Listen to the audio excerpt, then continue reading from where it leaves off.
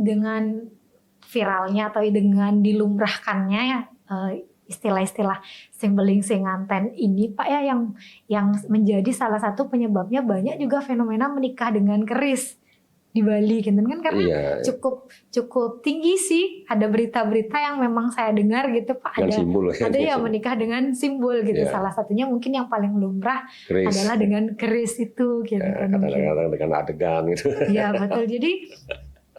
Jadi kalau secara hukum Hindu nih Pak, kalau kita ngomongin pernikahan dengan simbol itu sebenarnya itu dibenarkan atau keliru atau bagaimana?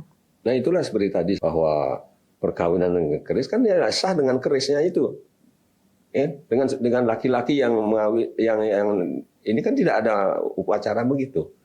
Nah sebenarnya perkawinan dengan keris keliling dengan melakukan nginderbuana, bahwa keris ditusuk-tusukkan itu yang sebenarnya dilakukan dengan suaminya, perkawinan dengan suaminya tapi membawa keris. Kan gitu. Iya. Kan demikian. Perumpamaan istilahnya Pak ya. Simbolnya itu sebenarnya. Nah, itu baru sah dia kawin. Kalau perkawinan hanya wanita ini dengan keris saja karena statusnya takut berubah gitu. Iya betul. Status kedudukan hukumnya takut berubah dari kasta ini menjadi kasta ini kan begitu.